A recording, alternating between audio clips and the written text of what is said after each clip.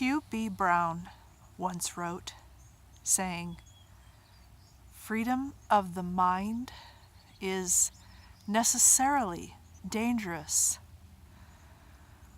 One cannot think right or have the freedom to think right without running the risk of thinking wrong."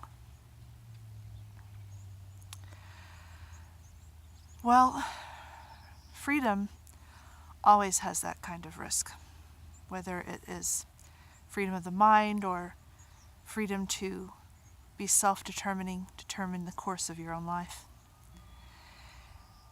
And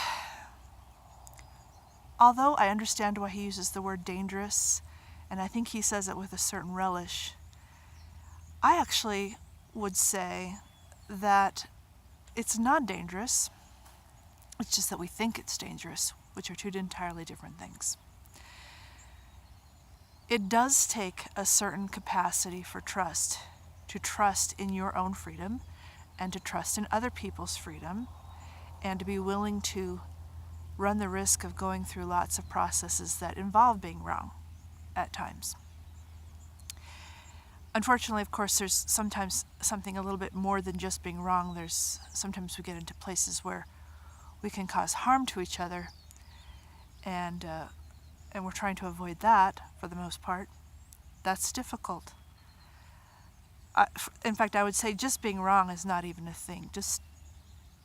It's all part of the process. There's no failure, there's no wrong. There's just, you're finding out lots of things that don't work or whatever, right? You're finding out what's good for you. You're finding out the only way that you know something is wrong is by living through it a little bit, or you can always take the examples of others, but hi car. But you can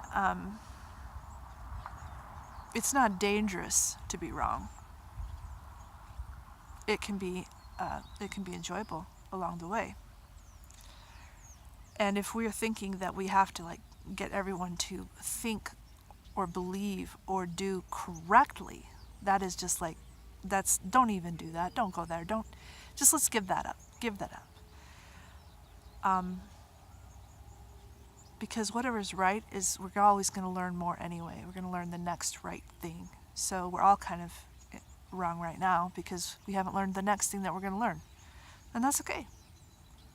So what's dangerous about it, again, it's not dangerous, is that we're in different places of right and wrong. We're not in agreement. There's tension. There's maybe some conflict. We still have to have community spaces where some kind of philosophy rules, or we seem to need that. I actually can think of other ways that I would like to order life and society, but right now we seem to be in that groove. And so we have to keep having these conversations. But the object of the conversation should not be to be necessarily in agreement, or to find some bridges where we can, put not so much be in agreement, but still be working together. I'm right by the road, but I don't want to stop and restart. So just being wrong is not dangerous. It is freedom. Freedom to think, freedom to determine your course in life. And the idea that that can be dangerous is sad. We can trust it. We can trust our own freedom. We can trust other people to get it wrong and to figure it out later, and we just kind of can do that. Now, like I said, the issue is not just when somebody's wrong, but when somebody's harmful. We want to be able to protect ourselves and be safe. So that's a little more than just being wrong. And I really can't get into the whole scope of something like that in a video like this, because when you have full freedom, that sometimes that's going to happen as well. But also, people should have the freedom to protect themselves as well. So there's this human give and take when we have our larger societies. And I'm not proposing a solution right now in this video. I can't do that in 5 minutes.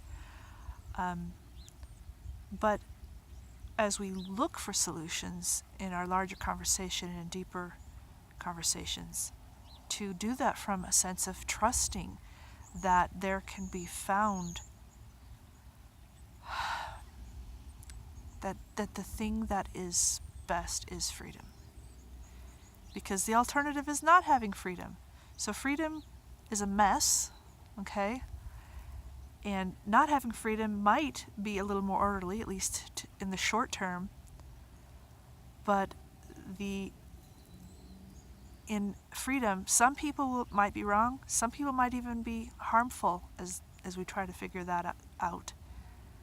But if there's no freedom, then everybody is in a situation of harm, because not having freedom is a situation of harm for 100%. So the question isn't whether there's going to be a mess. The question is, do you want it to be 100% bad situation for everybody because there's no self-determination? Or do you want to have moments and times of tension and having to figure things out and maybe stumbling a little bit, but it won't always be the same people, and it won't always be at the same time, because we all kind of go through it and we pick ourselves up and then we turn around and maybe help some people behind us. Freedom's not scary. Trust your freedom, trust other people's freedom, let it be a little messy. It's okay.